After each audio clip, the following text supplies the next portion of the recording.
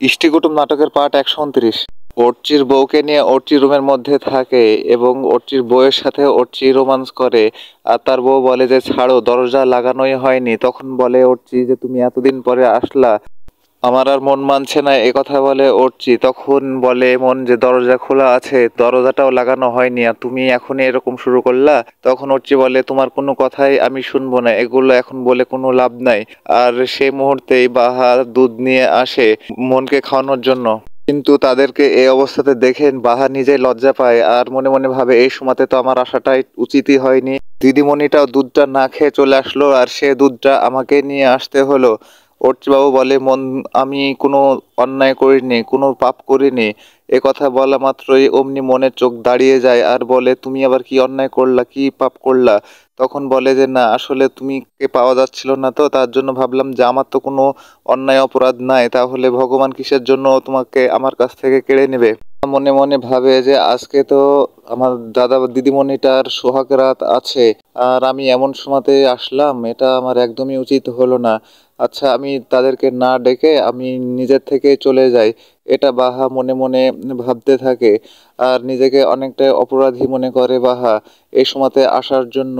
এটা ভেবে বাহা চলে যেতে থাকে আর চলে যেতে লেগে পায়ের সাথে একটা ফুলদানি বাড়ি খায়। বাড়ি খেয়ে ভেঙে যায় ফুলদানিটা। অর্চি এবং অর্চির বউ বুঝতে পারে যে বাইরে কেউ আছে। তারা সাথে সাথে বাইরে বের হয়ে এসে দেখে যে বাহা। তখন বাহাকে প্রশ্ন করা হয় যে বাহা তুমি এখানে কি করছো? তখন বাহা বলে যে আমি দুধটা দিতে এসেছিলাম দিদিমণি। তখন বলে যে দুধ দিতে এসেছিল, আমারও ভুলো মন, আমার দুধটা খেয়ে আসা উচিত ছিল, কিন্তু না খেয়ে চলে এসেছি। তো তুমি এসেছো যখন, না ডেকে আবার চলে যাচ্ছিলা কেন? কথা বলে। আর অর্চি মনে মনে ভাবে যে আমি কি কমলিকাকে জড়িয়ে ধরেছিলাম, তার জন্য মেয়েটা ঘুরে চলে যাচ্ছিল, আর আমি এগুলো মনে মনে ভাবছি বা কেন? কথা বলে অর্চি ভাবা বন্ধ করে দেয় আর বাহাকে বলে যে আসলে আমি তোমার বড় দিদি না তুমি আমার বড় দিদি, আমি সেটা বুঝি না। তখন বাহা বলে যে আসলে আমাকে নিয়ে তোদের অতটা চিন্তা করা লাগবে না, তুই অনেকদিন পরে এসেছিস, ঘরের লক্ষ্মীটা ঘরে এসেছিস, তুই এখন দুধটা খেয়ে রেস্ট নে। কথা বলে বাহা চলে যেতে শুরু করে।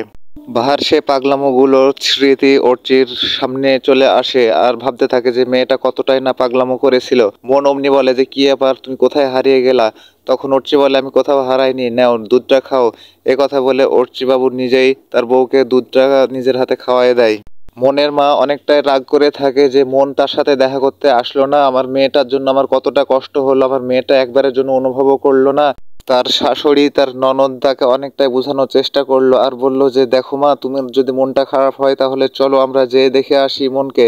আমাকে দেখার জন্য তো মেয়ের মন ছটপট করছে না, তাহলে আমি বা যাবো কেন, আপনাদের দিকেই তো গেছে।